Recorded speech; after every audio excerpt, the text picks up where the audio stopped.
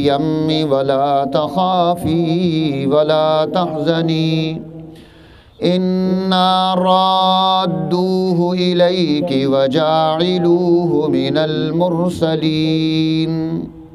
وقال النبی الکریم صلی اللہ علیہ وسلم ان الجنة تحت اقدام الامہات، او کما قال النبی الکریم صلی اللہ علیہ وسلم وقال ثلاثة تحت العرش یوم القیامة القرآن والامانة والرحم الا من وصلنی وصلہ اللہ ومن قطعنی قطعہ اللہ، او کما قال النبی الکریم صلی اللہ علیہ وسلم صدق اللہ العظیم وبلغنا رسولہ النبی الکریم ونحن على ذلك لمن الشاہدین والشاکرین والحمد للہ رب العالمین۔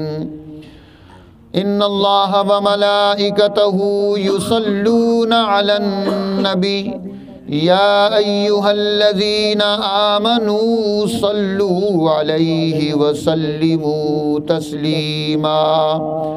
اللہم صل علی محمد وعلی آل محمد کما صلیت علی ابراہیم وعلی آل ابراہیم انک حمید مجید۔ اللہم بارک علی محمد وعلی آل محمد کما بارکت علی ابراہیم وعلی آل ابراہیم انک حمید مجید۔ الہی نجنی من کل ضیق بنجاہ المصطفى مولا الجمیع، هب لی فی مدینته قرارا بإیمان ودفن بالبقیع۔ محترم سامعین کرام، علماء کرام، آج ہم اس محفل میں یہاں جمع ہیں۔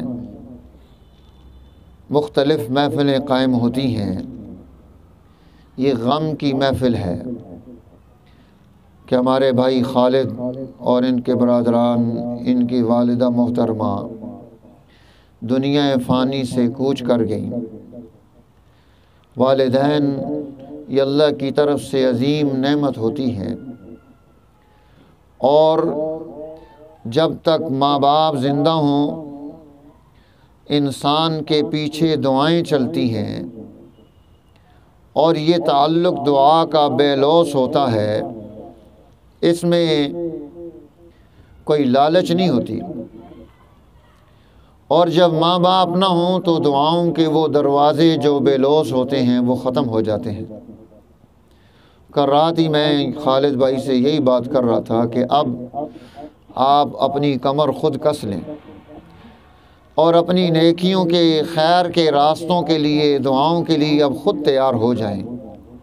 کبرنی موت الکبراء، جب بڑے چلے جاتے ہیں تو پھر چھوٹوں کو بڑا ہونا پڑتا ہے، ذمہ داریاں سنبھالنی پڑتی ہیں، اور ان ذمہ داریوں میں سے ایک چیز دعا ہے کہ ہم اپنے لیے، اپنے خاندان کے لیے، اپنی نسلوں کے لیے ہر وقت دعائے خیر میں مصروف عمل رہیں، کہ کوئی وقت قبولیت کا ہوگا اور ہمارے لیے خیر اور سعادت اور ترقی حاصل کرتا ہے۔ الحمدللہ یہ اس علاقے کے لیے خوش نصیبی ہے کہ یہاں ہماری اس گلی میں ہی ادارہ تعلیمات شرعیہ، جہاں اس علاقے کے بچے بچیاں تعلیم دین میں مصروف ہیں، تعلیم اخلاق میں مصروف ہیں، ہر جمعرات کو ذکر کی محفل ہوتی ہے، اور یہ محفل جس میں بہت سارے لوگ شریک ہو کر اپنی آخرت کو بناتے ہیں، قائم کرتے ہیں۔ دوستو، ہم میں سے ہر ایک نے چلے جانا ہے، کوئی قائم نہیں رہے گا۔ کل من علیہا فان، سب پر فنا ہے۔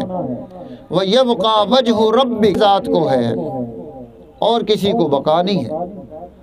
تو میرے دوستو، یہ اللہ نے انسان کو دنیا میں تھوڑے سے وقت کے لیے بھیجا ہے، امتحان ہے، وقت کی قلت ہے کہ ان تمام چیزوں کو تفصیل ان کی پیش کی جائے۔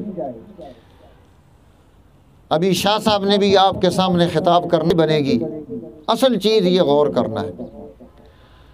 حضور نبی اکرم سرور دو عالم صلی اللہ علیہ وسلم نے ارشاد فرمایا کہ جو آدمی اپنے اندر دین کی استقامت پیدا کر لیتا ہے، اللہ اس استقامت پر اسے ڈبل انعام اور اجر عطا فرماتے ہیں۔ میں نے آپ کے سامنے قرآن حکیم کی ایک آیت جو تلاوت کی ہے، حضرت سیدنا موسیٰ علیہ السلام کی والدہ محترمہ، آپ کی ماں، قرآن حکیم اس کا تذکرہ کرتا ہے۔ اوحینا الی ام موسیٰ ان ارضعی، ہم نے ام موسیٰ کو یہ حکم نامہ بھیجا، اس بچے کو دودھ پلاتی رہے۔ فَإِذَا خِفْتِ عَلَيْهِ فَأَلْقِيهِ فِي الْيَمِّ، جب آپ کو ڈر ہو کہ اس کو فرعون پکڑ کر لے جائے گا، یہ بچہ شہید کر دیا جائے گا، القیہ فی الیم، آپ نے اس بچے کو دریا میں ڈال دینا ہے۔ اب عقل یہ بات کہتی ہے کہ دریا میں انسان ڈال دیا جائے تو ڈوب جاتا ہے، غرق ہو جاتا ہے۔ اگر وہ اسے صندوق میں ڈالتی ہے، صندوق پانی سے بھر جائے گا تو پھر بھی بچے کے مرنے کا خدشہ ہے۔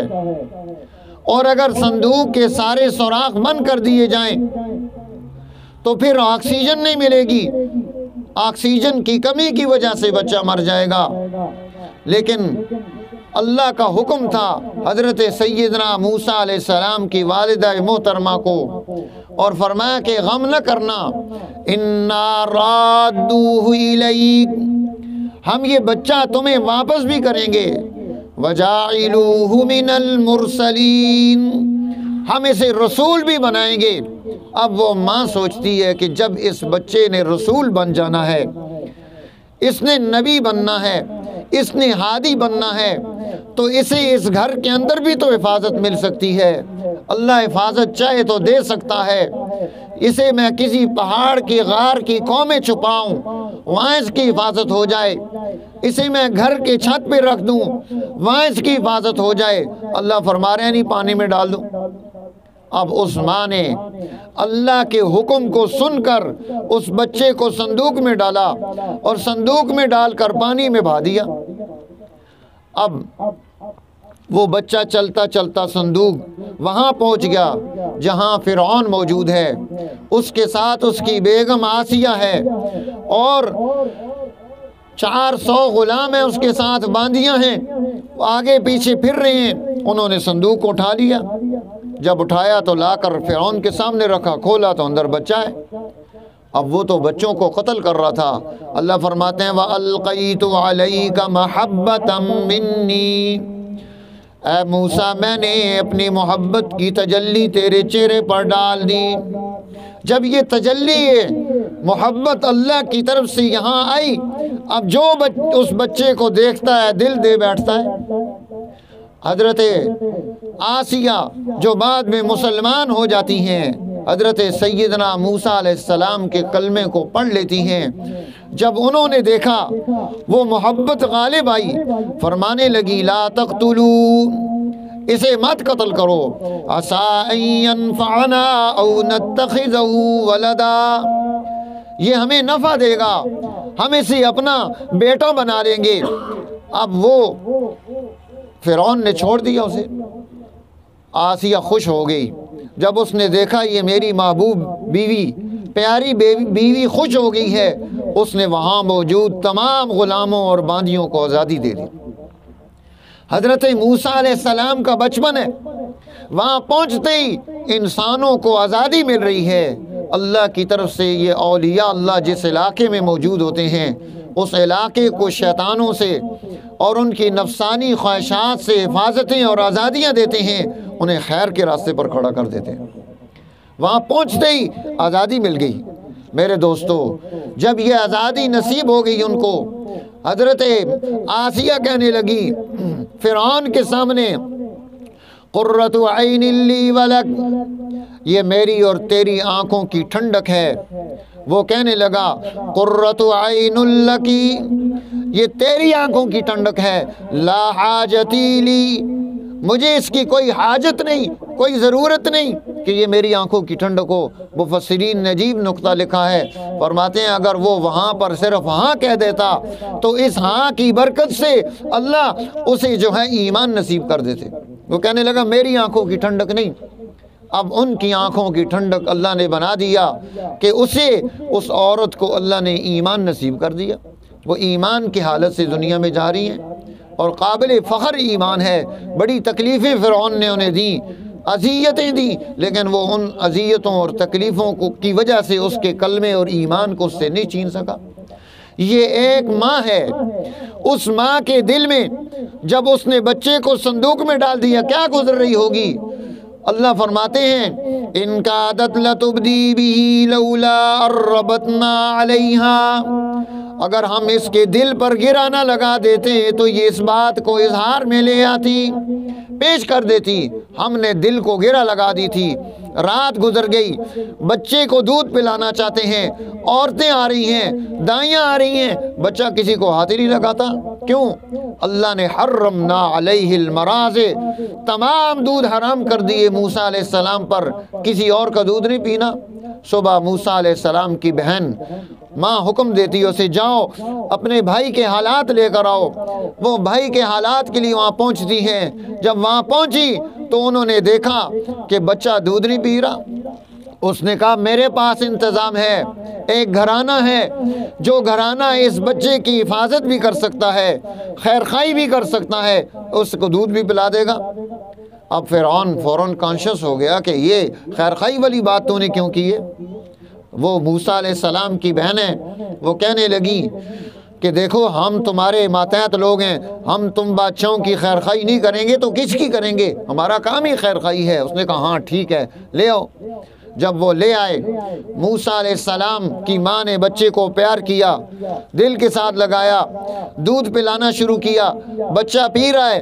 3 دن وہاں رہیں، 3 دن کے بعد کہا کہ میں تو اس مال میں نہیں رہ سکتی، میں اپنے گھر جانا چاہتی ہوں۔ فرعون نے کہا ٹھیک ہے یہ بچہ لے جاؤ اور اس کی حفاظت کرنا، اسے دودھ پلانا، ہم تمہارا وظیفہ جاری کر دیتے ہیں۔